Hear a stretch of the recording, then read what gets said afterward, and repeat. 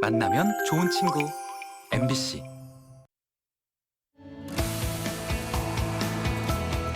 시청자 여러분 안녕하십니까? 한 주간의 뉴스를 더 깊이 있게 분석하는 전주 MBC 더 체크 이몽진입니다.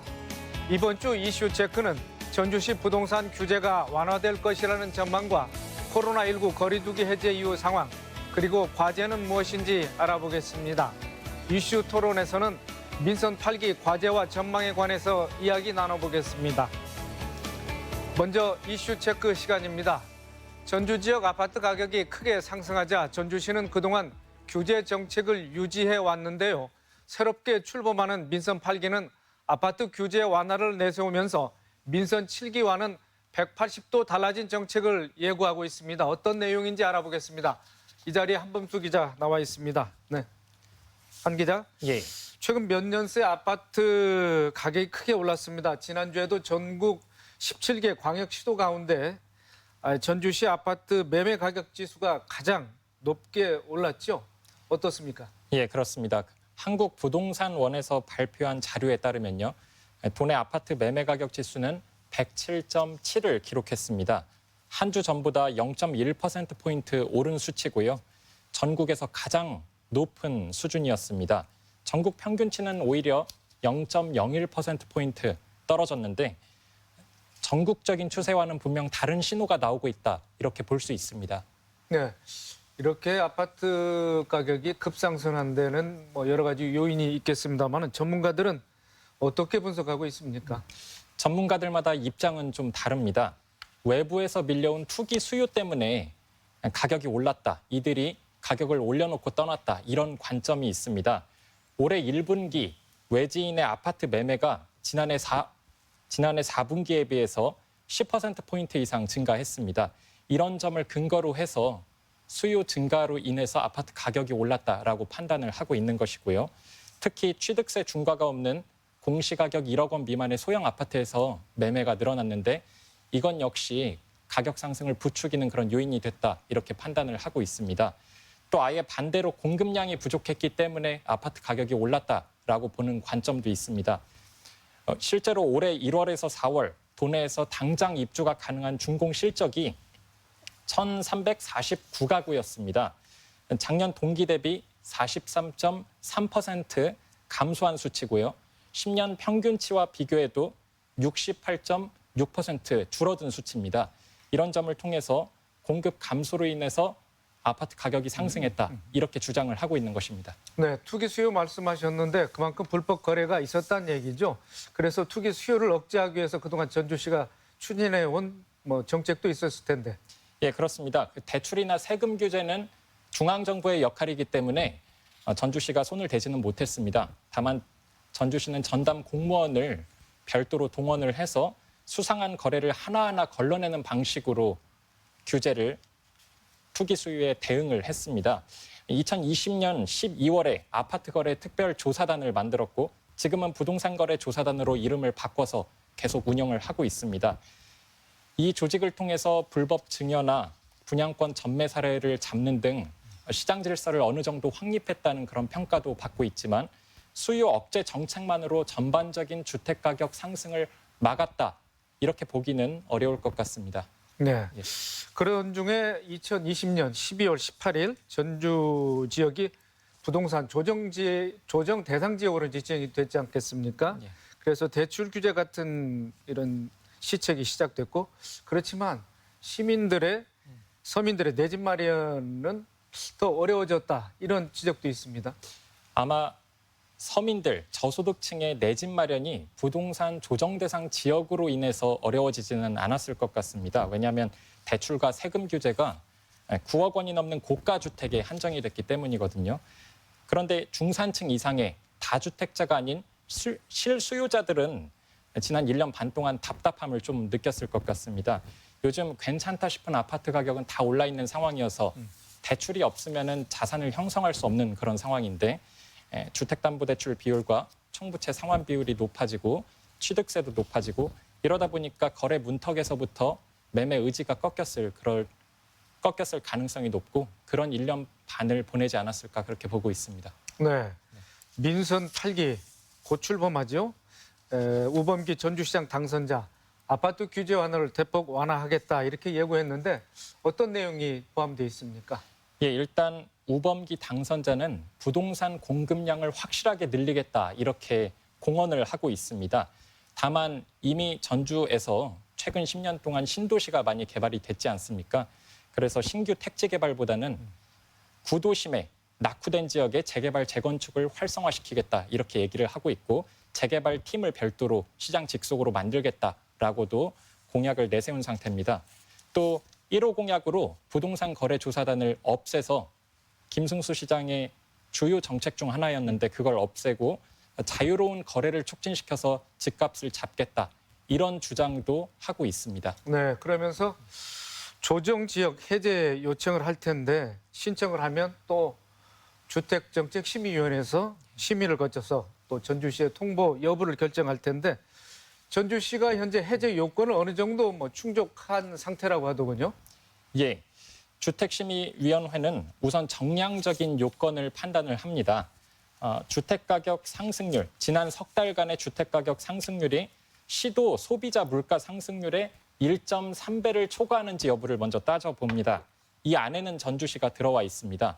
다만 정성적인 요건도 통과를 해야 하는데 분양권 전매량이라든지 주택 보급률, 청약 경쟁률 이런 것들을 다 따져봅니다. 여기서도 통과를 할지는 심사위원들의 판단을 좀 더 지켜봐야 할 것 같습니다. 네, 한편으로는 규제 완화가 좀 이르다 이런 지적과 함께 집값 상승을 불러올 수도 있겠다는 또 우려도 나오고 있는데. 예, 그런 시각도 분명히 있습니다. 그런데 정부는 최근 몇 달간 이어진 전주 지역의 부동산 가격 상승이 조정 대상 지역과는 무관한 것 아니냐 이렇게 볼 것 같기도 합니다. 왜냐하면 취득세 부담이 덜한 공시지가 1억 원 미만의 아파트 거래량이 늘었기 때문에 최근에는 부동산 가격 전반이 상승한 측면이 있거든요. 그렇기에 과감하게 조정 대상 지역을 해제할 수 있다 이런 관측도 나옵니다. 다만 당장 이번 달에 딱 결정을 내리는 건 아니고 아직 부동산 시장이 전반적으로 어떻게 갈지 모르는 상황이기 때문에 연말까지 전반적인 추세를 지켜볼 가능성도 있다 이렇게 보입니다. 네, 알겠습니다. 한범수 기자 수고하셨습니다. 예. 네, 코로나19 거리 두기가 해제되면서 일상 회복이 빠르게 이루어지고 있습니다. 하지만 감염병이 완치된 이후에도 후유증이 심각한 분들이 있고 재유행에 대한 두려움도 여전한 상황입니다. 코로나19 거리 두기 해제 이후 그리고 과제는 무엇인지 짚어보겠습니다. 전북대학교 병원 호흡기 알레르기내과 김소리 교수님 모셨습니다. 교수님 안녕하십니까? 네, 안녕하십니까? 네, 거리 두기 해제 이후 코로나19 현황 어떻습니까? 네, 지난 4월 18일 이제 사회적 거리 두기가 이제 전면 해제됐고요. 약 2개월 정도가 되는 것 같습니다. 중간에 이제 실외 마스크 착용까지 더 자유화가 되면서 상당히 우려를 했지만 우려에 반해서 3월 이후 지금 1일 신규 확진자 수는 지속해서 감소하는 그래프를 보여주고 있는데요.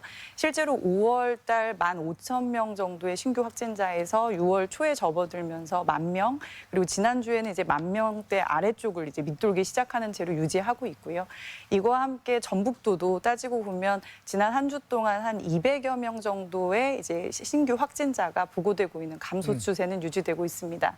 네, 다만 이 감소 추세와 함께 중증 환자, 사망자 수가 함께 감소하는 거는 이제 좋은 현상이긴 한데 이 사회적 활동, 학교 생활을 지속하고 있는 소아 청소년 그리고 20대에서 50대에 해당되는 중장년층 이제 그 인구분들이 좀 주로 주된 감염자로 이제 확진되고 있다라는 점은 좀 요주의해야 할 부분이겠고요.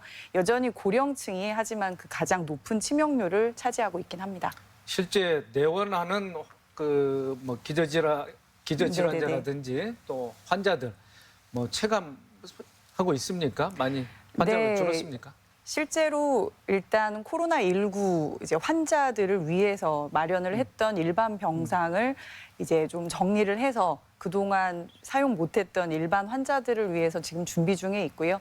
일부 이제 전담했던 중환자실 병상도 이제 조정을 해서 일반 중환자들이 입실 가능하도록 병원대에서는 조정을 하고 있기도 합니다.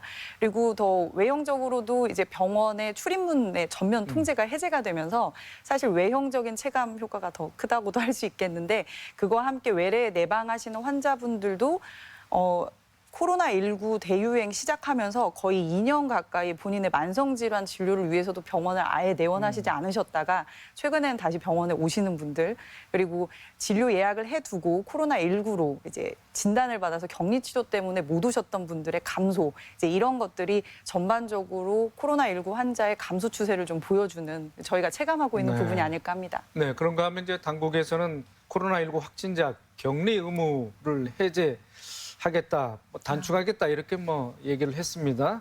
신규 확진자가 또 반대급부적으로 늘지 않을까 하는 이런 염려도 있습니다만은 이 격리 의무마저 해제가 되면 저희의 이제 생각에도 대부분의 무증상이나 경증 환자들 같은 경우에 있어서는 사회 활동을 유지할 가능성이 높지 않겠는가라고 생각하고 있습니다.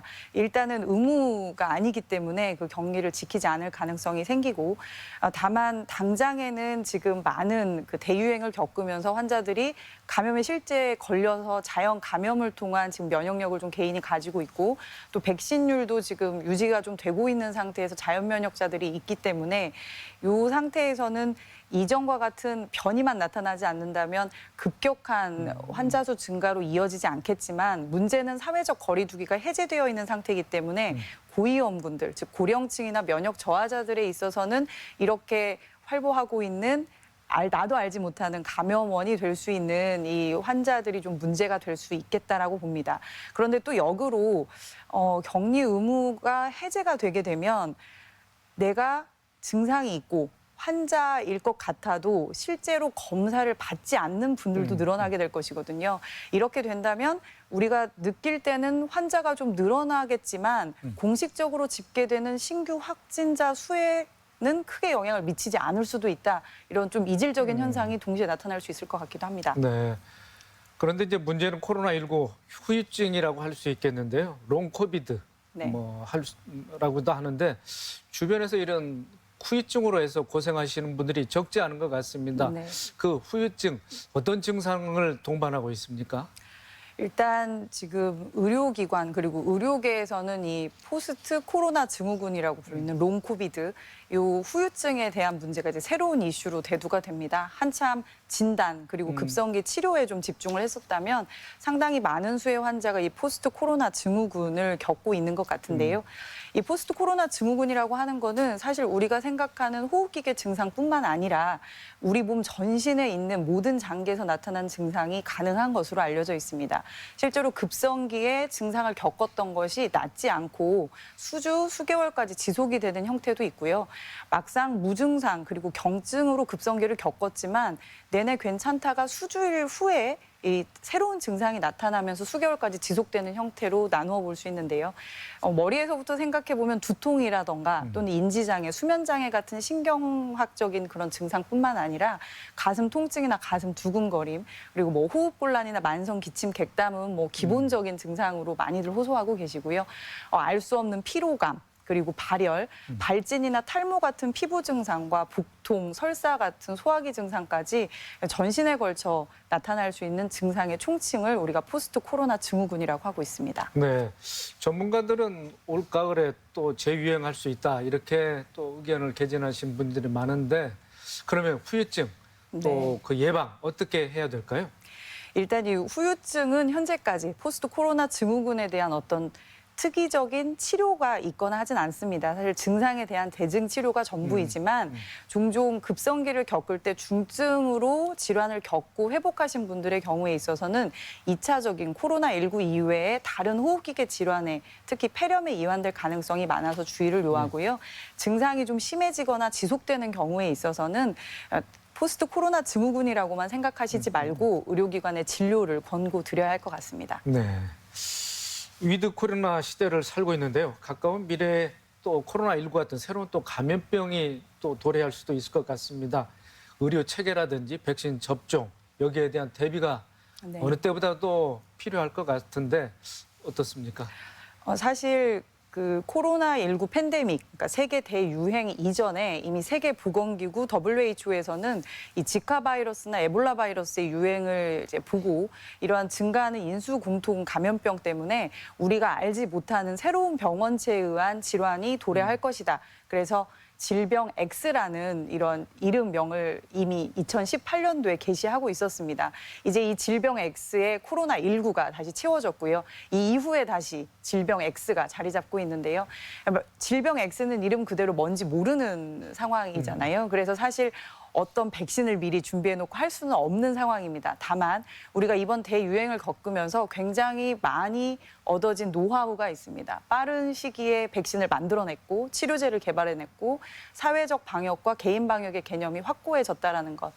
다만 이제 국가적으로 미리 준비할 것은 그 감염 전담 예비 인력과 인프라를 미리 구축해 두어야 한다는 것. 이미 상황이 벌어지고 나서 시작하게 되면 그 상황에는 적용할 수 없다라는 점을 관심이 좀 식더라도 유지됐으면 좋겠습니다. 네, 알겠습니다. 교수님 말씀 고맙습니다. 네.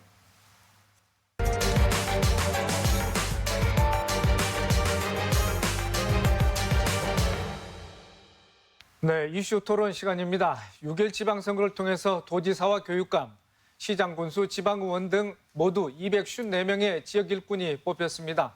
선거 과정에서 불거졌던 갈등과 대립을 청산하고 지역사회 발전을 위해서 새롭게 도약해야 할 때인데요. 이 시간 민선 8기 과제와 전망에 관해 이야기 나눠보겠습니다. 두 분 모셨습니다.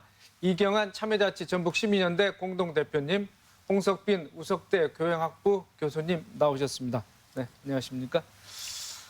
이번 지방선거 전북 지역에서는 민주당이 승리했습니다만 민주당 공천 파행 등으로 해서 지지 등들의 이탈이 적지 않았고 어느 때보다 낮은 투표율을 기록했습니다. 이런 여러 가지 지적들에 대해서 이번 지방선거 총평부터 먼저 들어보고 가겠습니다. 네, 홍 교수님. 네, 한마디로 말씀드리면은 도민들의 무관심의 선거였다. 더 나아가서는 저항 내지 항의 선거였다라고 말씀드리고 싶습니다. 투표율이 48.7%였고요. 지난 7회 때의 65.2%에 비해서 무려 16.5%포인트나 떨어질 정도로 도민들의 관심이 적었다. 전국 17개 광역단체장 중에서는 전라북도 투표율이 3위, 뒤에서 3위를 했습니다. 한마디로 대안 없는 선거였다. 즉 전북 정치권의 인재, 풀의 난이 보여준 그러한 일종의 선거 참사라고까지 표현할 정도로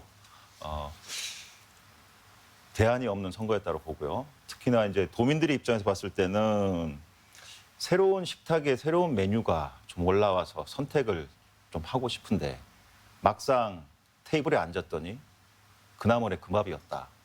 이런 데서 오는 투표 저조한 현상이 그런 원인으로 인해서 나타나지 않았나 싶습니다. 네, 네, 이 대표님. 이러한 저조한 투표율 그 이면에는 민주당의 이제 독주 이런 네. 체제가 있었고 또 민주당 내 선거 브로커라든지 또는 이제 선거법 위반으로 해서 조사를 받는 당선 당사자들도 있지 않겠습니까? 당분간 후유증이 있지 않겠습니까? 상당한 후유증을 알 수 있겠다 생각이 들고요. 선거 브로커는 정말 구조적인 악이거든요.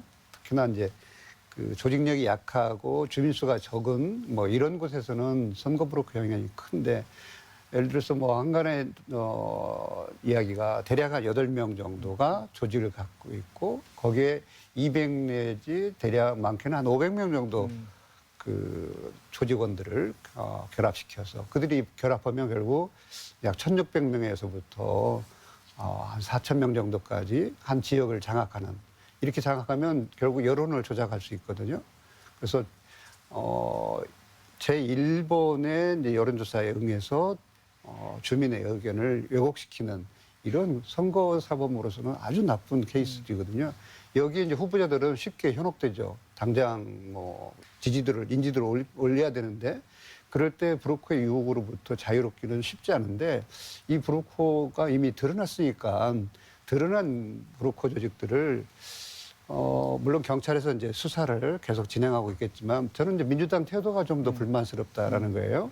그럼 그런 문제가 발생했으면 당원으로서는 이게 굉장히 큰 병폐 아닙니까? 그럼 민주당에서 우선적으로 나와서 그 녹취록을 공개하고 실명 다 돼 있으니까 녹취록 공개해서 그 사람들에 대한 당 차원에서 먼저 조사하고 그리고 당에서 고발하고 이런 절차들이 진행돼야 되는데 그런 점이 상당히 미온적이다. 그래서 그러면 향후에도 이 조직들은 계속 살아남을 것이다라는 거고요.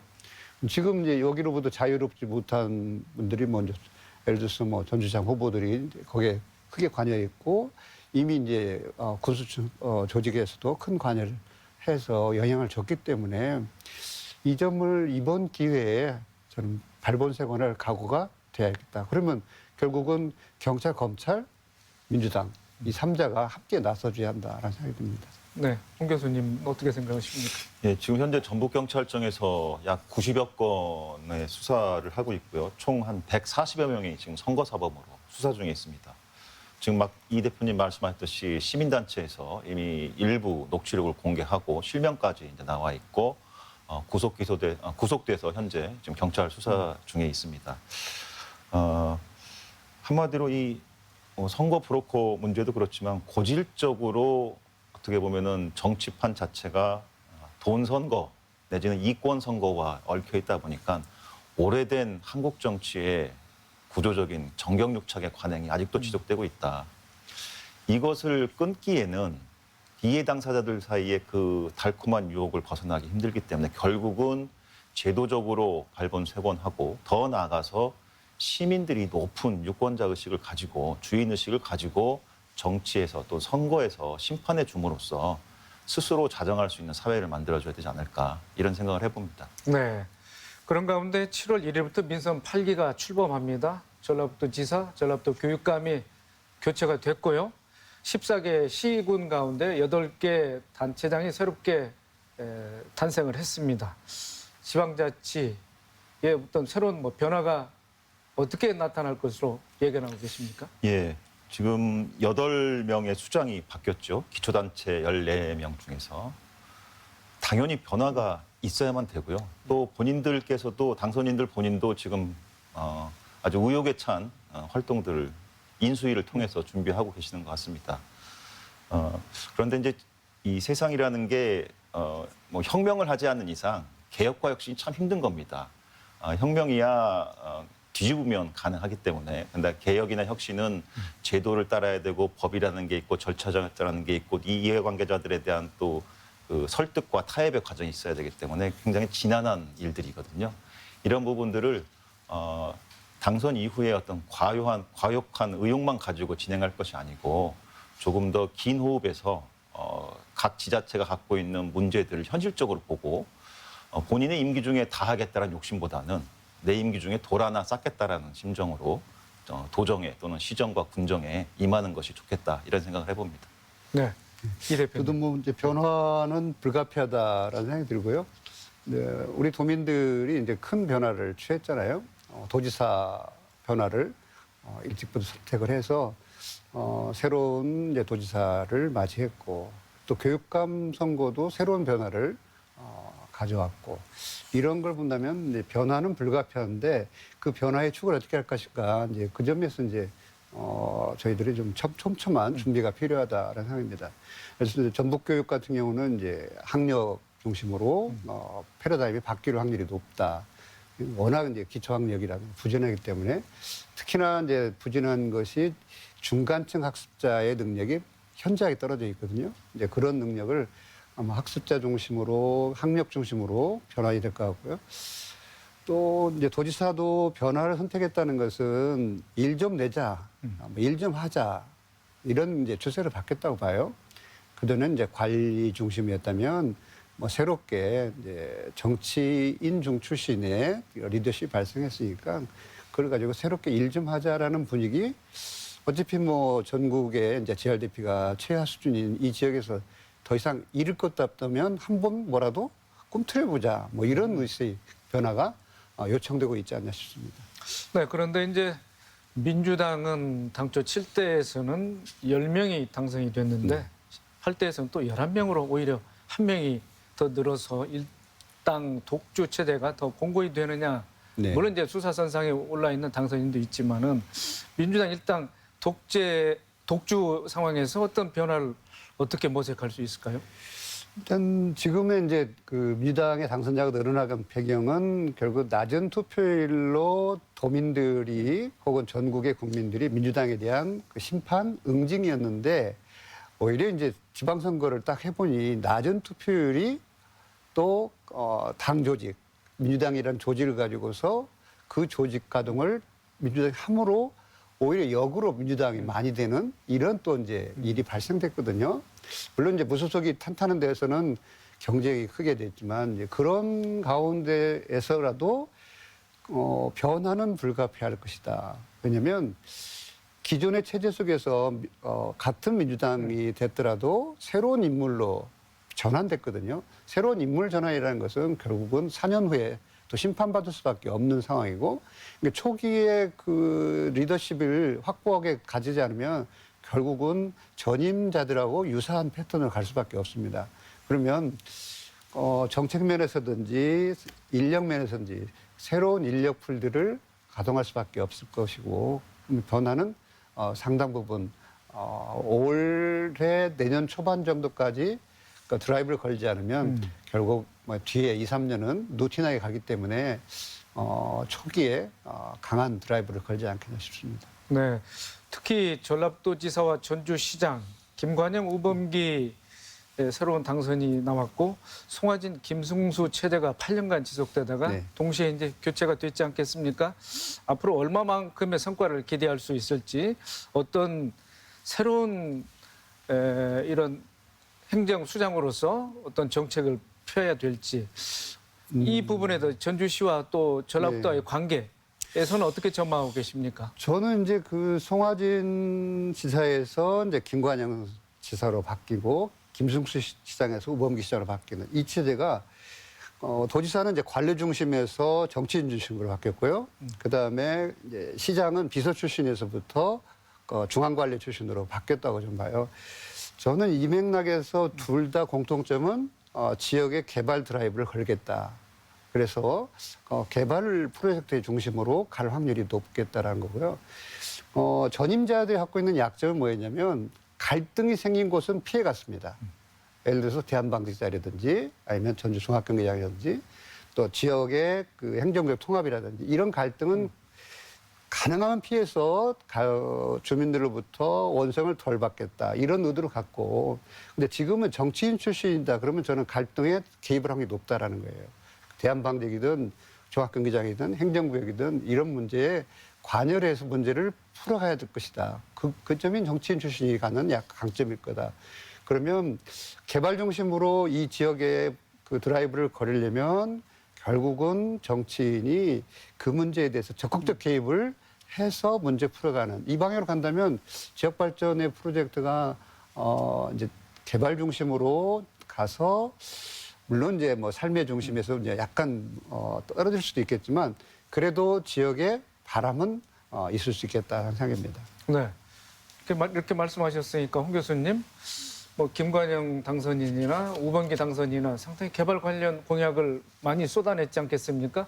그런 면에 초점을 맞춰서 한번 전망을 해주시죠. 예, 이 대표님 말씀하신 대로 정치는 갈등의 해결 과정이죠. 갈등을 피해가는 게 정치가 아니고 갈등을 해결해 나가는 것이 이제 정치인 것이고 각 자치단체장들이 맞닥뜨려 있는 현안 과제들이 이제 그런 부분이 되겠습니다. 김관영, 우범기 도지사 또 시장 그리고 또 14개 또 나머지 시장과 자치단체장들이 있는데요. 일단 도지사와 전주시와 전라북도만 봤을 때 이제 김관영 도지사가 당선인 같은 경우에는 실용주의라는 키워드를 가지고 있고 우범기 당선인 같은 경우에는 규제 완화라는 키워드를 갖고 있는 것 같습니다. 이 두 가지를 이렇게 모아서 종합해 보면 결국엔 경제고 그리고 전라북도 도민 또 전라북도 사회 경제의 발전이다라는 것이 되겠습니다. 이것들이 이제 어떻게 해결되느냐가 가장 큰 관심사고요. 따라서 인수위 구성에 있어서도 어떤 인수위원들이 들어가서 포진해 있느냐가 일종의 앞으로 그 자치단체장들이 펼칠 정책과 행정의 방향성을 보여준다는 측면에서 관심사가 되기도 했지요. 선거 중에 이제 김관영 도지사 같은 경우에 5대, 6대 뭐 여러 가지 큰 개발과 관련한 드라이브 정책 공약들을 발표했습니다. 단기간에 끝날 문제가 아니고 굉장히 긴 시간과 많은 재원과 투자와 어떤 노력이 필요한 부분들이어서 이번 인수위를 통해서 그런 그림들을 잘 그려내는 게 무엇보다도 중요하지 않을까. 또 로드맵을 잘 형성을 하고 실천력 있는 추동력이 생길 수 있도록 뒷받침되어야 되지 않을까 생각합니다. 네. 민선 8기에 앞서서 지방자치법 개정이 됐지 않겠습니까? 그래서 인수위원회가 설치가 됐는데 인수위원회 인적 구성을 두고도 편중 인사라는 네. 이런 또 지적이 나오고 있는데 어떻게 보셨습니까? 예, 공교롭게도 이제 도지사 당선인 같은 경우에 이제 경제부지사를 이제 어제 발표를 했는데 같은 행정고시 동기 출신이었죠. 농림수산식품부 이제 차관이셨고 또 이제 지역 연고 군산 이런 또 얘기들이 나오고 있고요. 정치적으로 또는 그 행정을 담당하고 있는 자치단체 장이 인수위원을 구성을 할 때 자기의 앞으로 미래 도전과 관련한 어떤 방향성을 설정한다는 측면에서 전문가를 영입하는 것도 중요하지만 그 추진할 정책을 힘있게 뒷받침한다는 측면에서는 자기 자신과 함께할 일종의 코드 인사가 불가피한 측면이 있습니다. 어떤 출신의 누구를 임명했느냐가 중요하겠다기보다는 그들이 갖고 있는 역량과 능력을 우리가 중심으로 봐야 될 것 같고요. 따라서 일단은 지역 편중 인사다라는 이런 어떤 비판보다는 인수위에서 어떤 일을 해서 어떤 결과물을 내놓을지에 대한 그런 실질적인 내용의 컨텐츠에 우리가 관심을 가지고 지켜볼 필요가 있겠다 이런 생각을 듭니다. 네. 네, 그 점에서 뭐 일정은 동의하고요. 이제 인수위원들 자체가 이제 캠프 중심으로 갈 수밖에 없죠. 후보가 내놓은 공약들을 어떻게 실천할 것인가 로드맵을 만드는 작업이니까요. 이제 그런 면에서 약간의 이제 불협화음이나 뭐 비판은 요소는 있을 거라고 봐요. 왜냐하면 균형을 찾다 보면 이제 일을 못 할 수도 있는 작업들이기 때문에 이제 그 점에 대해서 뭐 일정 부분 용인할 수 있다라는 생각이 들고요. 이제 눈에 띄는 것은 이제 금융위원장 출신의 인수위원장이라는 거죠. 여기가 왜 왔을까라는 점에서 김관영 이제 도지사 당선자가 관심이 갖고 있는 제3금융지역 여기에 대한 포커스를 어느 정도 맞추고 있지 않겠나. 그전에는 물론 이분이 전주의 제3금융 반대론자였지만 뭐 왜 반대를 했는가라는 것을 통해서 우리가 새로운 그러면 뭐 길을 좀 찾아보자, 모색해보자 이런 정도에서 인수위원회 구성들을 하지 않았냐 싶긴 합니다. 이제 그 점에서 보면 이제 경제부지사 그다음에 뭐 또 정무특보도 발표를 했잖아요. 이제 저는 이제 그 점이 좀 더 눈에 많이 띄어요. 경제부지사가 이제 농림식품 출신이었다라고 한다면 우리 지역에 어떤 모습을 할 건가? 상당히 도지사가 전주, 익산, 군산을 안배를 하지 않았냐 이런 생각 들어요. 그래서 경제부지사가 우리 지역이 이제 농업 인구가 뭐 앞으로는 미래는 농업 인구보다는 뭐 다른 분야에 더 크겠습니다만 익산을 배경을 두고 하지 않았냐 싶기도 하고요. 위원장 정도는 군산을 중심으로 정무특보는 이제 어차피 전북 정치는 전주 중심으로 갈 수밖에 없는데 여기에 김광수 특보를 임명함으로써 전주 정치를 좀 하고 이런 정도에서 그런 인수위원회에서의 그 약간의 경도되는 모습들을 좀 전환시키는 이런 효과도 좀 갖고 있지 않냐 싶습니다. 네. 말씀이 나오셨으니까 뭐 전라북도 뭐 많은 현안이 산적해 있습니다. 김관영 당선자 공약 1순위가 전북 새만금 특별자치도 설치 아니었습니까? 네. 뭐 정부는 최근에 이제 메가시티라든지 특별자치도를 뭐 강원도 같은 데를 이미 지정을 했지 않습니까? 민선 8기 도정의 첫 시험대가 될 것 같은데 어떻게 보고 계십니까? 저는 이제 인수위원회에서 이 문제는 심도 있게 검토를 해볼 필요가 있겠다는 생각입니다. 전북 새만금 특별자치도 물론 이것을 이제 전북 특별자치도를 새만금이라는 용어를 넣어서 확장한 개념으로 좀 받아들이고 싶습니다만 그럴 때 이제 전북을 새만금과 동치시키는 것은 상당히 무리수가 있다. 그리고 그러면 용어 자체를 새로 또 개발해야 되는 거고 그럼 이제 윤석열 대통령이 했던 이제 새만금 특별자치도 뭐 이런 시, 특별자치시 이 모습으로 가기도 좀 부담스럽기도 하고요. 그러면 기존에 이제 문재인 정부에서 했던 전북 특별자치도 여기에 더 방점을 용어부터 잡고 출발하는 것이 훨씬 현실적이지 않겠나. 이제 그러면 이제 뭐 새만금 중심으로 우리가 가야 되는가? 뭐 물론 미래가 이제 새만금 중심이 많은 얘기를 하지만 거기가 70만 자족도시 중심의 이야기거든요. 그러면 그 정도에서 전북을 견인하기는 어려울 것이다. 그러면 전북특별자치도라는 이름을 가지고 새롭게 공약을 한번 재손질을 하는 것도 방법이다.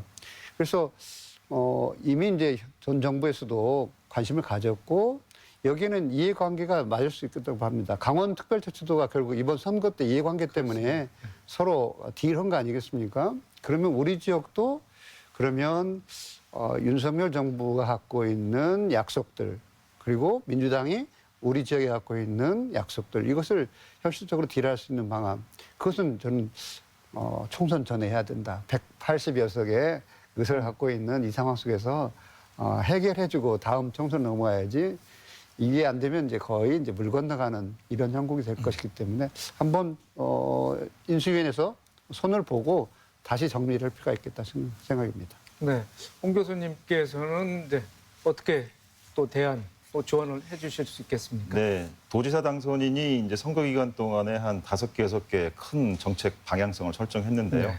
지금 말씀하셨던 전북 새만금 특별자치도 그 공약 안에 지금 새만금 국제공항 건설, 전북 금융중심지 이런 것들이 다 포함되어 있다고 보고요. 그다음에 대기업 5개 이상 유치로 일자리 창출하겠다. 경제고요. 그다음에 대한민국 그린 뉴딜 선도하겠다. 지금까지 쭉 전임 지사부터 해왔던 분야가 되겠습니다. 또 대한방직터의 초고층 건물 건립하고 새만금의 디즈니랜드 테마파크 유치하겠다. 그리고 새만금 국제학교 유치하겠다. 이런 내용들입니다. 이런 어떤 제목성 내용들보다도 저는 실현 가능성에 먼저 좀 중점을 두고 싶습니다.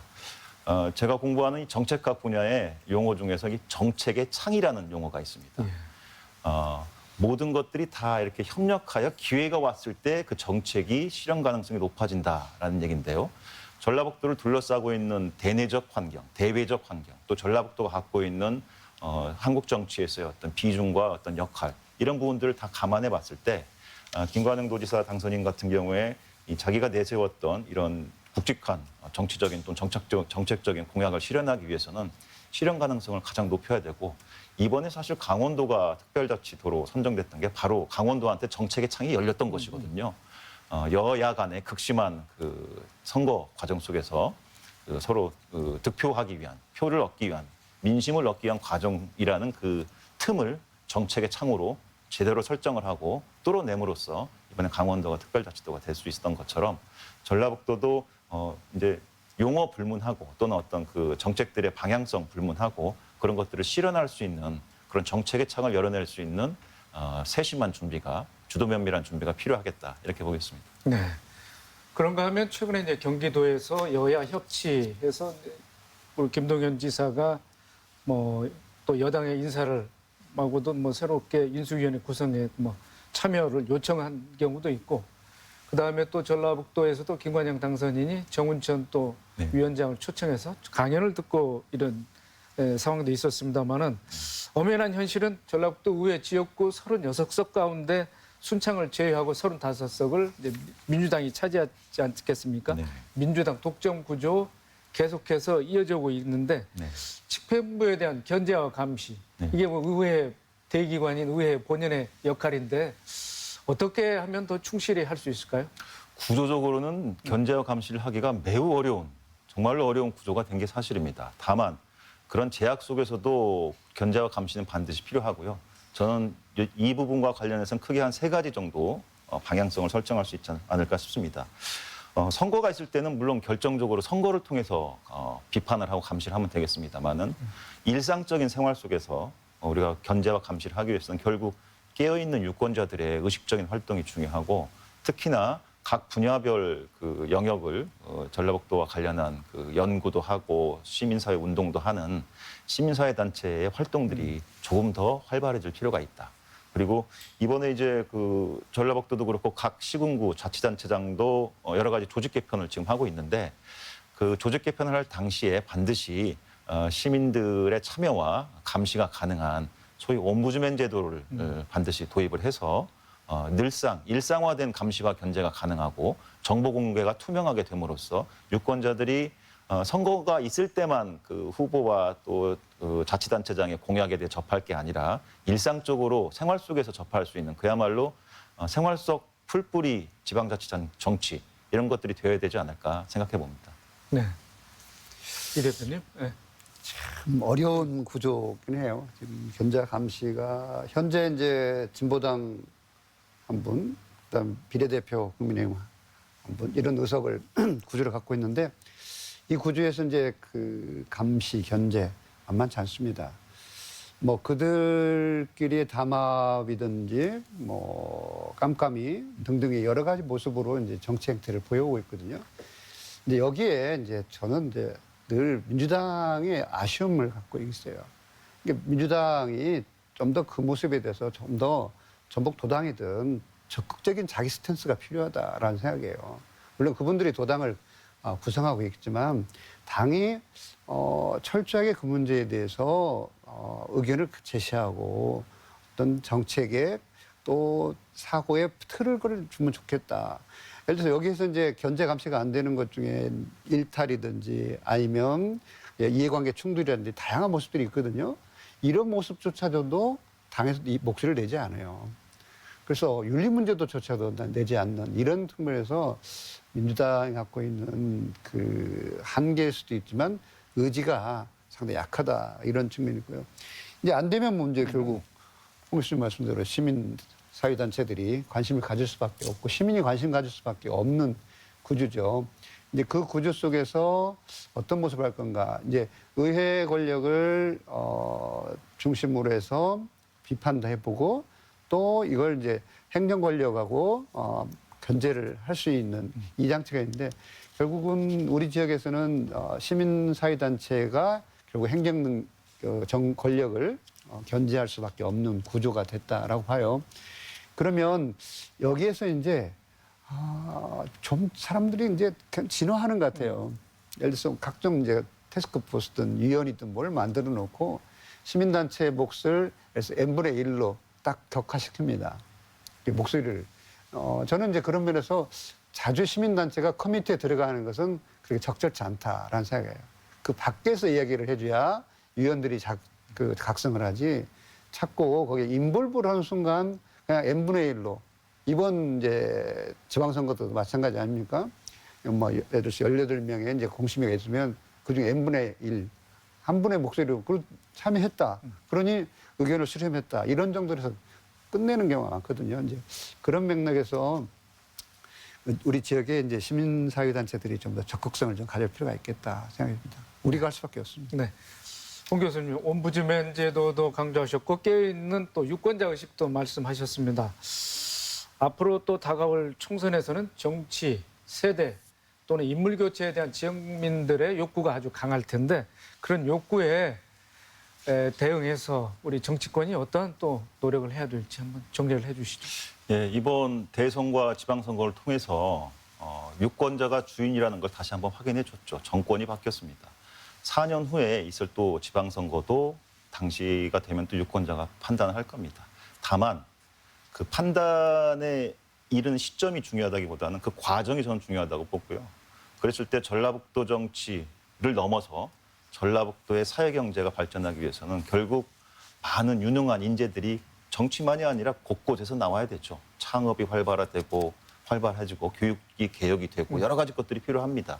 그중에서 이제 정치권에 대한 변화를 얘기할 때는 지금부터라도 이 정치권에 능력 있는 인재들이 많이 유입될 수 있도록 제도화된 틀을 정당들이 조금 더 보완할 필요가 있다. 지금처럼 각 정당들이 특히나 이제 거대 정당들 중심에 또 그리고 탑다운 방식의 어떤 공천권 행사 이런 것들로는 정치 신인들이 정치권에 진입하는 것이 굉장히 어려울 수밖에 없기 때문에 예를 들어서 뭐 국민의힘에서 시행하고 있지만 그 공직자 선출을 위한 그 뭐 테스트라든가 이런 여러 가지 방법들을 시도하고 있지 않습니까? 꼭 그런 것들이 아니어도 전라북도에 맞는 여러 가지 그 유형에 따른 정치 신임 발굴 제도화를 위해서 정당이 먼저 노력을 할 필요가 있겠다 싶습니다. 네, 알겠습니다. 토론을 마칠 시간이 거의 다 된 것 같습니다. 두 분께서 민선 8개 바라는 바, 또 과제, 전망 무엇인지 짧게 좀 언급을 해주시죠. 이제 새롭게 이제 민선 8기가 시작합니다. 이 시작쯤에서 도민들이 바라는 것은 변화 그리고 이 지역의 발전입니다. 그렇다면 단체장들께서 좀 더 적극적으로 민심을 받아들이고 지역 발전을 어떻게 할 것인가. 그래서 도민의 삶의 질을 높일 수 있는 많은 정책들을 쏟아놨으면 좋겠습니다. 감사합니다. 임 교수님. 예, 인사가 정책의 시작이라고 합니다. 정책을 위해서 각 자치단체장들이 인사를 잘하는 능력 있는 분으로 잘하기를 바라고요. 빅토르 위고가 이런 말을 했다고 합니다. 램프는 어둠 때문에 발명이 됐고 안개 때문에 나침반이 발명이 됐고 배고픔 때문에 탐험을 시작해서 신대륙을 발견했다고 합니다. 전라북도가 경제적으로 배고픕니다. 그리고 많이 도의 세력이 줄었습니다. 민선 8기의 도정과 시정과 군정은 이 배고픈 전라북도가 다시 재도약하고 살아날 수 있는 그 길을 찾는 위대한 탐험의 여정이 되기를 기원하고 응원합니다. 고맙습니다. 네, 두 분 수고하셨습니다.